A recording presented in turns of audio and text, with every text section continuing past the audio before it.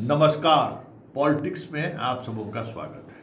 और आज हम पॉलिटिक्स में बात बिहार मंत्रिमंडल के गठन के लेकर जो दिल्ली में चहलकदमी देखने को मिल रहा है, उस चहलकदमी के बाद यह तय हो गया कि 2-3 दिनों के अंदर बिहार में मंत्रिमंडल का विस्तार होगा। और खबर ये भी है कि 3 महीने पहले जो सरकार बनी थी और उस सरकार में जो मंत्री बनाए गए थे, लगभग सभी वही चेहरे दिखाई देंगे। जदयू सिर्फ 9 वो मंत्री बनाए थे, 6 और मंत्री उनको बनाना है। बीजेपी 14 मंत्री बना चुकी थी, तो 1 और मंत्री वो बनाएंगे। फुल स्ट्रेंथ के साथ सरकार के मंत्रिमंडल का विस्तार होगा, इस पर सहमति बन चुकी है। सम्राट को खुली छूट अपने तरीके से सरकार को चलानी है, विवादों से बचना है, संगठन और सरकार के बीच समन्वय रहे, इसका ख्याल रखना है। मुख्य तौर पर जो बीजेपी के नेताओं अमित शाह और बाकी नेताओं से जो उनकी बातचीत उसी पर फोकस रहा। ऐसे नेताओं से भी उनकी मुलाकात हुई जो सम्राट के मुख्यमंत्री बनने को लेकर सहज नहीं थे। चिराग से भी उनकी मुलाकात हुई, नित्यानंद राय से भी मुलाकात हुई। चिराग के कोटि का 2 मंत्री फिर से रिपीट करे कोई जरूरी नहीं है। समझते ही हैं चिराग के पार्टी का कैरेक्टर क्या है, चिराग किस तरीके से उम्मीदवारों का चयन करते हैं।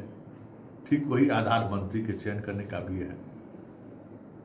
रिन्यूअल करने के लिए जो आवश्यक मटेरियल है वो सबको पता है। रिन्यूअल मिलेगा या नहीं मिलेगा कहना मुश्किल है, लेकिन जो भी बनेंगे उसका आधार कमोबेश वही रहेगा जिसकी चर्चा सरेराह है।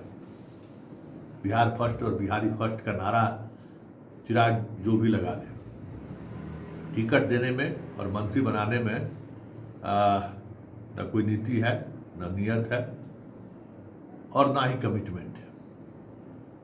क्या कह सकते हैं, बहुत सारी चीज़ें ऐसी हैं जिसके सहारे आप बहुत सारी चीज़ें को इस तरीके से देख भी नहीं सकते।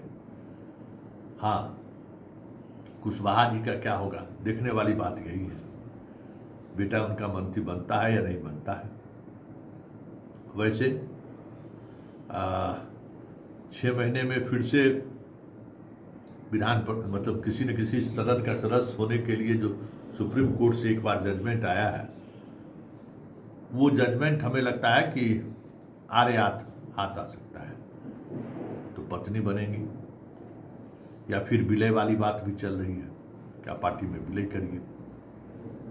इसी आधार पर आपको राज्यसभा भेजा गया है, तो विलय करने का दबाव बढ़ रहा है। सम्राट चौधरी और उपेंद्र कुशवाहा के बीच मुलाकात भी हुई है। उन मुलाकातों में कहीं न कहीं ये शर्त रहा ही होगा कि आप विलय कीजिए। कितना वक्त लेते हैं उपेंद्र कुशवाहा, ये देखने वाली बात होगी, क्योंकि वो भी चाहते हैं, वो भी हार्ड बार्गेनर है। मतलब आज की राजनीति में कुछ ही ऐसे नेता हैं जो बहुत ही हार्ड बार्गेन करते हैं, उसमें जनाब भी है उपेंद्र कुशवाहा। तो वो बार्गेन अभी चल रहा है। बीजेपी में अगर किसी एक व्यक्ति को लेकर अगर संशय है तो वो विजय सिन्हा है। बाकी सारे लोग रिपीट करेंगे, 3 महीने मंत्री रहे ही हैं। और समीकरण को लेकर जो बीजेपी का रहा है वो साधा ही गया था। हाँ, एक जो नितिन नवीन का जो जगह है, अब हमें लगता है कि उस जगह पर किसी ईबीसी को या संजीव चौरसिया को मौका मिल सकता है।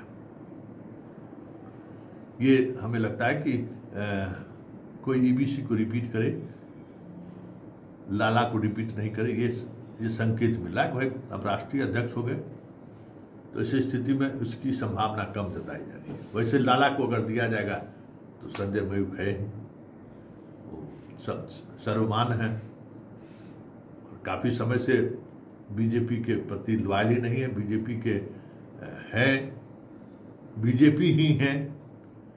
तो अगर लाला की जगह पर लाला को देने की बात हुई तो संजय मयूख सबसे आगे रहेंगे, नहीं तो संदीप चौरसिया का नाम आ रहा है।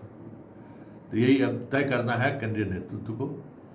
हाँ, विजय सिन्हा को लेकर जो बातें आ रही हैं, विजय सिन्हा सम्राट चौधरी को लेकर जिस तरीके के बयानबाजी करते आ रहे हैं, हालांकि बीच का रास्ता निकालने की कोशिश हुई है, कोई विवाद न हो और सब लोग मिल बैठकर शासन चलाए, यह संकेत केंद्र का है। तो विजय सिन्हा मंत्री बने रहेंगे, मंत्रालय कौन सा मिलता है ये देखने वाली बात होगी। लेकिन एक बात तो तय है कि विजय सिन्हा ने जो राग आलापा है, उस राग के बाद सम्राट तो सहज नहीं है, और मुख्यमंत्री का सहज नहीं होना अपने आप में बहुत बड़ी बात होती है। उनकी असहजता अपने आप में बहुत बड़ी बात है।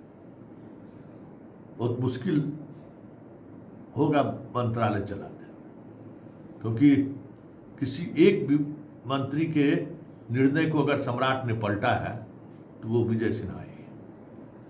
सारे के सारे उनके निर्णय को पलट दिया गया, और अंत में कल जितने सीओ को इन्होंने निलंबित किया था उनको भी काम पर वापस भेज दिया। आज से वो सभी ड्यूटी ज्वाइन कर रहे हैं। तो ये तलखी साफ दिख रही है। अब सम्राट को खुली छूट मिली है, तो किन शर्तों पर मिली है ये तो अब वक्त बताएगा, लेकिन विजय सिन्हा को लेकर सम्राट असहज है, ये साफ दिख रहा है। अब उनकी असहजता मंत्रिमंडल से बाहर का रास्ता इनको दिखाता है, या फिर ऐसे मंत्रालय की तरफ ध्यान केंद्रित करता है जिसका कोई मतलब नहीं रह जाए। बहुत सारी चीज़ें हैं अभी चलेगी, लेकिन उन तमाम चीज़ों के बावजूद भी एक संकेत जो साफ मिला है कि नीतीश कुमार का खुला समर्थन सम्राट को बीजेपी के अंदर विरोध के बावजूद भी पूरी तौर पर मजबूती से खड़ा रखा है। और ये समर्थन समझिए कि प्राणवायु की तरह सम्राट के साथ मतलब बना हुआ है। बीजेपी के केंद्रीय नेतृत्व भी दबाव में है, और बीजेपी के नेता और कार्यकर्ता भी दबाव में है कि समर्थन नीतीश का, और इसके पीछे किस तरीके का फोर्स काम कर रहा है कहने की जरूरत नहीं है। सम्राट मोदी और शाह के भी पसंद थे, पहले पसंद थे, तब तो मुख्यमंत्री नंबर 1 थे। ऐसा थोड़ी है कि नीतीश के ही पसंद है। नीतीश ऐसा नहीं ना कि किसी चौथे पांचवें नंबर के नेता को पसंद कर लिए और मजबूर कर दिए मुख्यमंत्री बनाने के लिए, ऐसा तो नहीं है।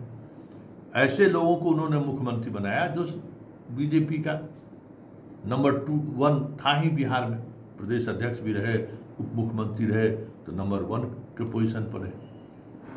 इसलिए केंद्र में जो सम्राट को चाहने वाले लोग हैं वो भी खुश हैं, लेकिन सबकी नज़र विजय सिन्हा पर है।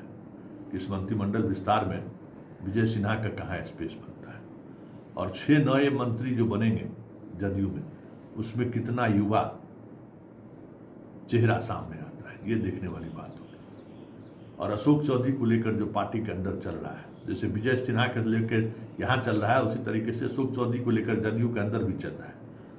तो अशोक चौधरी के विभाग को लेकर क्या होता है ये देखने सबकी नज़र वहाँ रहेगी, क्योंकि विभाग ग्रामीण कार्य को लेकर काफ़ी कुछ सामने आ चुकी है। लेसी सिंह को लेकर संकेत मिल ही रहा है कि अब उनका कद बढ़ाया जाएगा, और जदयू की तरफ से जो बड़े मंत्रालय हैं उन मंत्रालय के मंत्री के तौर पर लेसी सिंह का नाम लगभग तय देखा जा रहा है। वैसे देखिए सम्राट की वापसी के साथ ही 2-3 दिनों के अंदर कैबिनेट का विस्तार होगा, यह संकेत साफ अब दिखने लगा है।